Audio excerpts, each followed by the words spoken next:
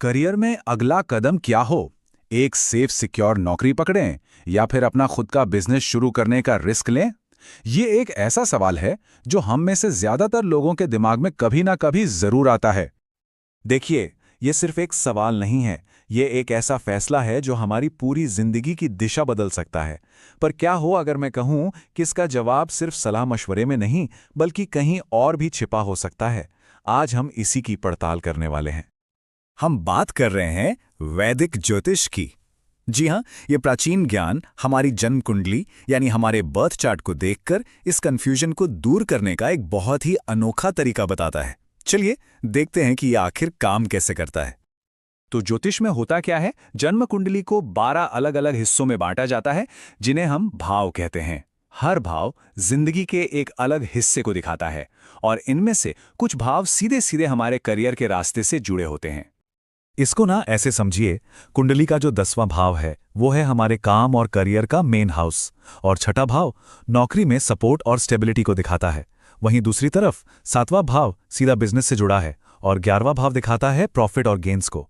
तो सीधी सी बात है, नौकरी या बिजनेस का फैसला इन भावों की अपनी अपनी ताकत पर ही निर्भर करता है। लेकिन बड़ा सवाल यह है कि इन भावों की ताकत को नापें कैसे? यहीं पर ज्योतिष का एक बहुत ही खास टूल काम आता है, जिसे सर्वाष्टक वर्ग चार्ट कहते हैं।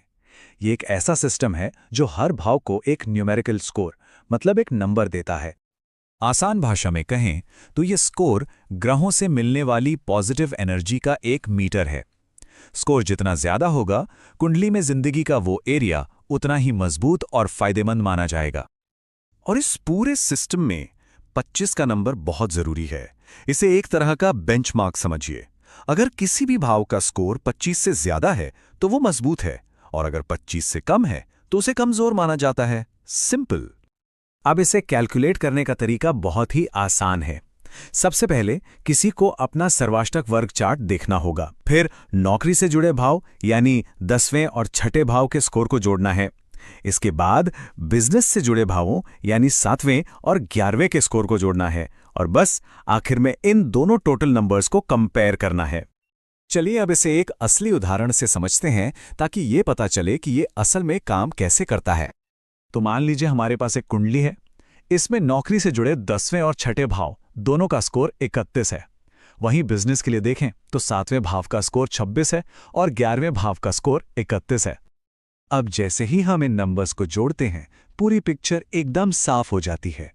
नौकरी से जुड़े भावों का टोटल स्कोर है 62, जबकि बिजनेस वाले भावों का टोटल है 57। जैसा कि हम देख सकते हैं, यहां नौकरी का स्कोर साफ साफ ज्यादा है। तो इसका मतलब क्या हुआ? मतलब बहुत सीधा है।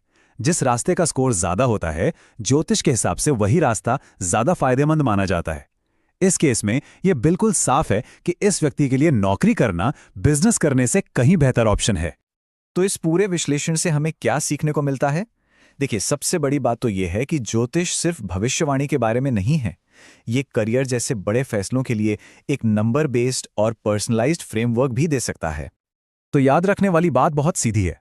10वां और छठा भाव नौकरी की तरफ इशारा करते हैं और 7वां और 11वां भाव बिजनेस की तरफ। सर्वाष्टक वर्ग चार्ट के स्कोर की एक सिंपल सी कैलकुलेशन से यह पता चल सकता है कि किसी के लिए कौन सा रास्ता ज्यादा सपोर्टेड है। ये वाकई में एक बहुत ही दिलचस्प नजरिया है।